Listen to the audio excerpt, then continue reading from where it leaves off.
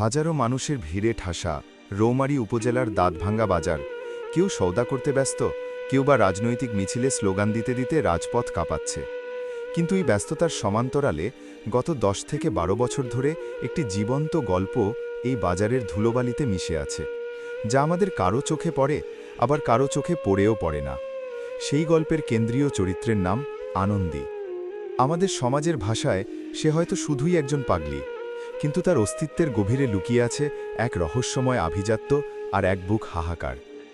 আনন্দী নামটা সে নিজেই বলতে পারে, কিন্তু তার জন্ম কোথায়, তার শেকড় কোন মাটিতে প্রথিত, সেই উত্তর আজও অজানাই রয়ে গেছে। মাঝে মাঝে যখন বাজারে তার খাবারের সংস্থান হয় না, আনন্দী তখন পাশের গ্রামগুলোতে ঘুরে বেড়ায়।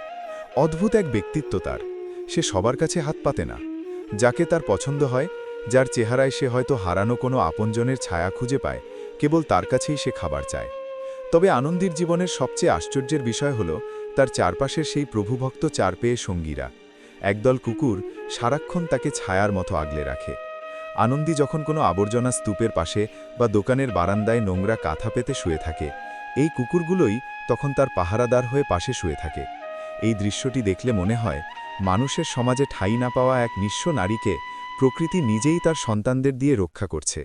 সবচেয়ে হৃদয়স্পর্শী দৃশ্যটি ফুটে ওঠে যখন আনন্দী কোনো খাবার পায়। সে একা কোনোদিন এক লোকমা অন্নও মুখে তোলে না, ঠিক যেন একটি পরিবারের মমতাময়ী মা যে নিজে খাওয়ার আগে সন্তানদের মুখে তুলে দেয়। আনন্দী যখন মাঝখানে বসে, তার চারপাশ ঘিরে বসে পড়ে সেই একদল কুকুর। সে তার খাবারের থালা বা পোটলা থেকে প্রতিটি কুকুরের জন্য ভাগ করে দেয়। তারপর সবাই মিলে একসঙ্গে খেতে বসে। যে পৃথিবীতে মানুষ মানুষকে ঠকাতে ব্যস্ত, সেই পৃথিবীতে এক পাগলি আর কয়েকটি প্রাণীর এই সহাবস্থান আমাদের তথাকথিত সভ্য সমাজকে এক বড় চপেটাঘাত করে যায়।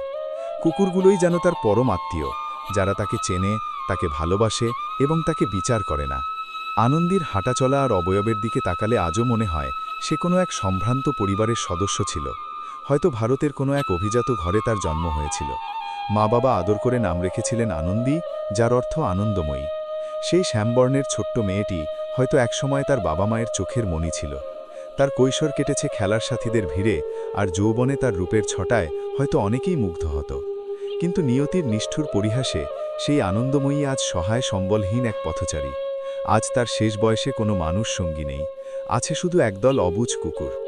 শৈশব বা যৌবনে সে হয়তো মানুষকে ভালোবাসত, কিন্তু আজ জীবনের এই প্রান্তে এসে তার সেই অকৃত্রিম ভালোবাসা বিলিয়ে দিচ্ছে তার এই চার পেয়ে সাথীদের মাঝে। হায় রে সমাজ! আমাদের এই আধুনিক যুগে কত মিটিং হয়, কত বড় বড় ভাষণ দেওয়া হয় মানবতার নামে, কিন্তু দাঁতভাঙ্গা বাজারের এক কোণে পড়ে থাকা এই আনন্দীর খবর নেওয়ার কেউ নেই। এটাই কি আমাদের সামাজিক নীতি হওয়া উচিত? আমরা আসলে কেমন মানুষ হয়ে উঠছি?